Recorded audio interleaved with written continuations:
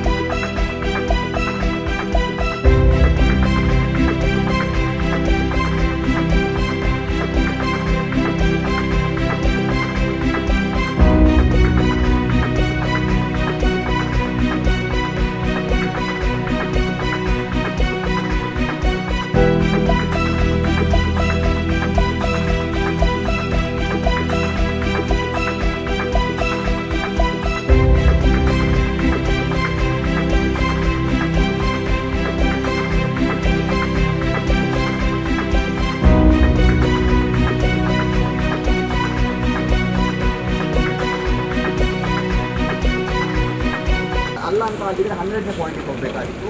ಆದರೆ SIT ಅವನಿಗೆ ಪೂರ್ಣ ಸ್ವಾತಂತ್ರ್ಯವನ್ನು ಕೂಡ ಕೊಟ್ಟಿದೆ ಬೇರೆ ಜಾಗಗಳನ್ನು ಆಯ್ಕೆ ಮಾಡೋದಕ್ಕೆ. ಇದು ಬಹಳ ಶ್ಲಾಘನೀಯ ಅನ್ನುವಂಥ ರೀತಿಯಲ್ಲೂ ಕೂಡ ಉಲ್ಲೇಖ ಮಾಡಿದ್ದಾರೆ. ಸೊ ಇವತ್ತು ನಿನ್ನೆ ನಡೆದಂಥ ಬೆಳವಣಿಗೆಯಿಂದ ನಾವು ಕೂಡ ಅಂದ್ಕೊಳ್ತೀವಿ ಇವತ್ತು 11ನೇ ಪಾಯಿಂಟ್ನಲ್ಲಿ ಉತ್ತರಣವಾಗುವಂಥ ಡೌಟ್ ಅನ್ನುವಂಥ ರೀತಿಯಲ್ಲಿ. ಆದರೆ 11ನೇ ಪಾಯಿಂಟ್ನಲ್ಲಿ ಉತ್ತರಣ ನಡೆದಿದೆ ಮತ್ತು ನಿನ್ನೆ ಅಲ್ಲಿ ಸ್ಥಳದಲ್ಲೇ ಒಂದು ಅಸ್ಥಿಪಂಜರ ಪತ್ತೆ ಆಗಿರುವಂಥದ್ದು. ಹಾಗಾಗಿ ಅಲ್ಲಿ ಉತ್ಖನನ ನಡೆದಿದ್ದೋ ಇಲ್ವೋ ಇದ್ರ ಬಗ್ಗೆ ಕೂಡ ಯಾವುದೇ ರೀತಿಯ ಸ್ಪಷ್ಟತೆ ಇಲ್ಲ. ಅದು